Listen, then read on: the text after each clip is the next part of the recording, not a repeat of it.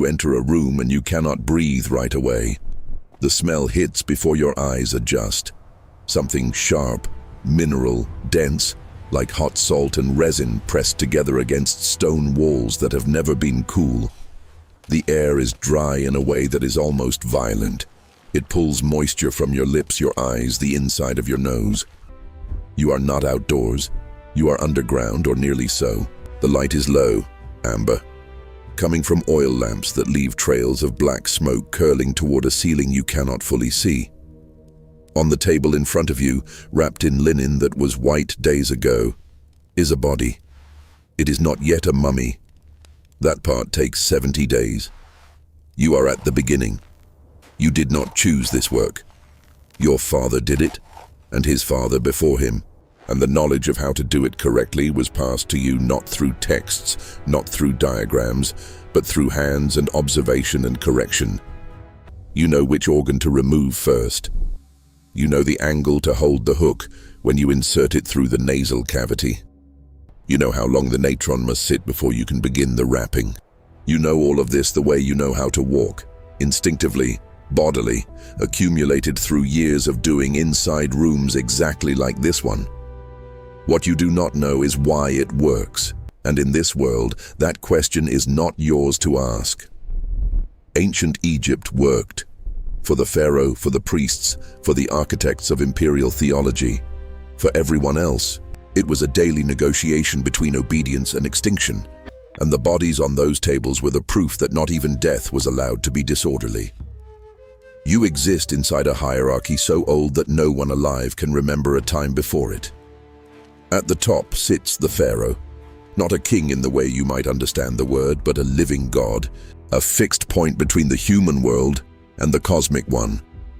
Below him, the priests who interpret divine will and manage the institutions that enforce it. Below them, scribes, administrators, overseers. And then, at the base of everything, the workers, the farmers, the craftsmen, the embalmers. You do not own the land you farm. You do not own the tools you use. You belong to a system that was designed before you were born and will continue after you are gone. Your labor is a form of tribute, as automatic and as non-negotiable as the flooding of the Nile. The state tells you what to grow, when to plant, how much to surrender, and what remains is yours. Enough to survive if the flood was generous, barely enough if it was not. But this system is not arbitrary. It has a logic so sophisticated that it has been running for centuries without collapsing. The redistribution networks that move grain from surplus regions to deficit ones during famine years are more efficient than most governments that came after. The record-keeping that tracks every unit of labor and every measure of grain is relentless and precise. You are watched, counted, measured. And in exchange for that surveillance, you receive something rare in the ancient world: predictability. You know what will be asked of you. You know what the system will provide. This is not freedom, but it is a form of stability. And stability in this world is not a small thing. What you also know, without being told directly, is that your body after death belongs to the same system that owns it in life. The preservation of the dead is not a private act. It is a state project, and the specialists who carry it out operate inside one of the most tightly controlled knowledge systems in human history. The work of an embalmer is not clean, and it is not sacred in the way outsiders imagine. It is technical, physical, and relentless. A body arrives. It is still warm, or it was recently. You have a fixed window before decomposition becomes irreversible, and that window is shorter in the Egyptian heat than almost anywhere else on Earth. You work fast, you work precisely, and you work with materials that have been assembled through a supply chain that stretches across hundreds of miles. The natron comes from dry lake beds in the western desert, a naturally occurring salt compound that acts as a desiccant, pulling moisture from tissue at the cellular level. You pack it inside the body cavity, you cover the exterior, you leave it for 40 days. The body dries from the inside out. The fat liquefies and drains. The tissue contracts and hardens. The features collapse slightly, then settle. What emerges after those 40 days is no longer flesh in any recognizable sense. It is something else. Dry, brown, stiff, with a smell that has shifted from organic decay to something more mineral, more preserved, more permanent. Then you begin wrapping. Hundreds of meters of linen, each layer saturated with resin, cedar, myrrh, frankincense, substances with antimicrobial properties that the embalmers have no chemical framework to understand, but have observed over generations to work. The resin fills the microscopic spaces in the wrapping. It seals the surface. It creates an environment inside the bandages that is hostile to the organisms that would otherwise continue the work of decomposition that the natron interrupted. This process, in its full complexity, involves chemistry, microbiology, and material science, disciplines that will not be formally named for 3,000 years. And yet, specimens produced by this system have survived intact longer than the materials used to build the first electric light bulb. Archaeologists examining mummies from the New Kingdom period find skin cells, hair follicles, fingernails, and in some cases, traces of lung tissue that can still be analyzed for disease markers. The precision is not approximate. It is extreme. But here is where the explanation starts to fail. Modern science can identify what the Egyptians used. It can analyze the resins, the natron, the linen. It can map the chemical reactions. What it cannot fully explain is the consistency. Over hundreds of years across dozens of workshops operating under different priests, different pharaohs, different political conditions, the results remain remarkably uniform. There is no written protocol that survived to explain exactly how the embalmers calibrated the concentration of natron, or how they selected which resin for which climate condition, or how they adjusted the process for bodies that arrived in different states of preservation. The knowledge that produced these results was transmitted entirely through oral tradition and direct apprenticeship, and that knowledge has not survived. What survives are the bodies themselves, and the bodies are the evidence of a system that worked at a level of sophistication that we can observe but cannot fully reconstruct. Modern attempts to replicate the full Egyptian mummification process using period-accurate materials and methods produce results that are broadly similar but measurably inferior. The tissue degradation in modern experimental mummies accelerates after the first few centuries. The resin layers crack. The linen loses adhesion. Something in the original process, some calibration, some step, some knowledge about timing or material combination, was lost with the specialists who carried it. This gap is not a small thing. It means that a civilization without laboratory instruments, without a formal understanding of microbiology, without synthetic preservatives, produced results that a civilization with all of those things cannot fully replicate. That is not a mystery in the romantic sense. It is a data point about the nature of knowledge itself. And then there is something that almost no one talks about when discussing Egyptian mummification, something the ancient texts do not explain and the modern forensic analyses keep circling without resolution. The resin combinations. Chemical analysis of mummies from different periods and different social classes shows that the resin compounds used in preservation were not standardized. They varied. And the variations were not random. They appear to correlate with specific preservation outcomes. Mummies from certain periods, treated with specific combinations of cedar resin, juniper oil, and a compound derived from conifer trees that required importation from territories hundreds of miles away, show measurably superior long-term tissue preservation compared to mummies treated with simpler or more locally available compounds. This means that the embalmers were, at some level, experimenting, adjusting, comparing outcomes across generations, and modifying their formulas based on what they observed. This is empirical science, not labeled as such, not recorded as such, but functionally, that is what it was. And the compound combinations that produced the best long-term results, the ones that modern analysis identifies as chemically optimal, were the ones that required the most expensive and most logistically difficult ingredients to source. Someone made that decision.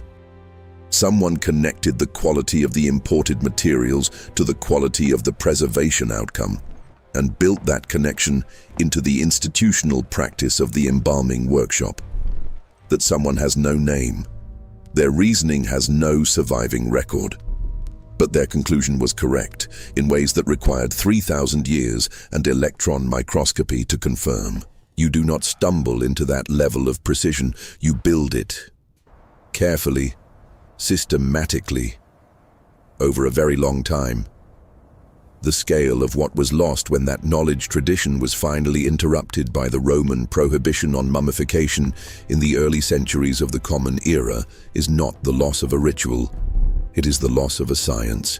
The materials used in Egyptian mummification were not freely available. They were controlled. And that control was not incidental, it was structural, built into the political economy of preservation from the beginning. Natron deposits were managed directly by the state. Access to cedar resin required trade relationships with Levantine merchants that were maintained through diplomatic channels and military pressure along the northern trade routes. Frankincense and myrrh came from the Arabian Peninsula through networks that required sustained institutional relationships across multiple generations. If those relationships collapsed, through war, famine, political disruption, the quality of preservation materials degraded within a single generation. This created a direct line between foreign policy and the integrity of the dead. When Egyptian trade relationships with the Levant were disrupted during periods of political instability, archaeologists can observe the effects in the mummies produced during those same periods. Thinner resin layers, lower quality linen, evidence of accelerated post-mummification decomposition. The bodies tell the story of the empire's health in ways that the official records do not. An embalmer working during a period of trade disruption had no access to the imported compounds that made the difference between a mummy that lasted 3 centuries and one that lasted 3,000 years. They did their best with what they had. But what they had was determined by forces completely outside their control. This is the part that the popular image of Egyptian mummification erases. The pyramids suggest permanence, solidity, the conquest of death. The reality of preservation was fragile, supply-dependent, and acutely vulnerable to the same political pressures that affected everything else in this world. The permanence was an aspiration. The practice that produced it was deeply contingent. The specialists who performed mummification occupied a strange position in Egyptian society. They were necessary, essential in fact, to the functioning of the theological order, and they were also considered ritually impure.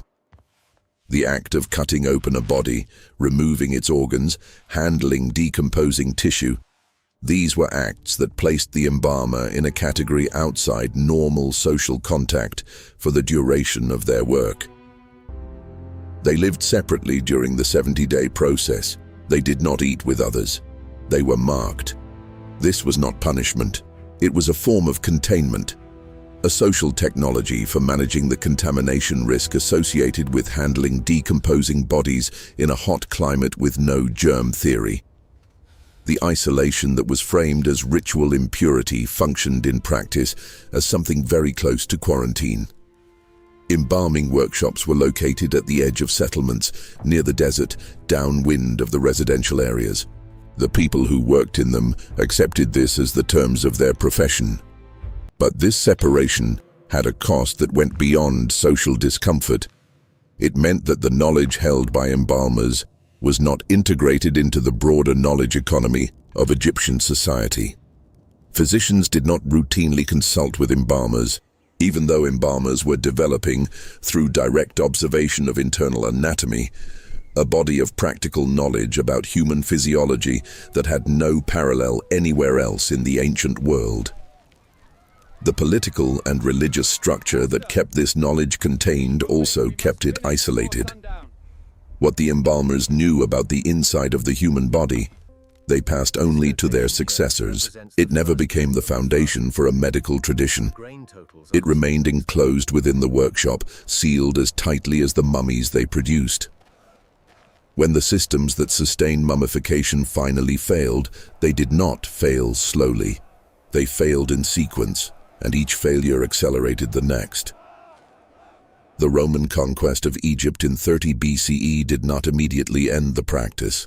Mummification continued for several more centuries under Roman administration, and some of the most technically accomplished mummies, the Fayum portrait mummies, were produced during this period.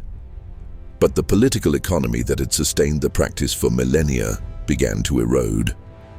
Trade networks reorganized around Roman priorities. The state subsidy for premium preservation materials ended. Embalmers who had operated within a system of guaranteed demand and state-supplied materials found themselves in a market economy that valued speed and cost reduction over quality. The results are visible in the bodies. Mummies from the late Roman period show consistent evidence of shortcuts. Thinner resin applications, lower-grade natron, linen that was recycled from other uses rather than produced specifically for wrapping.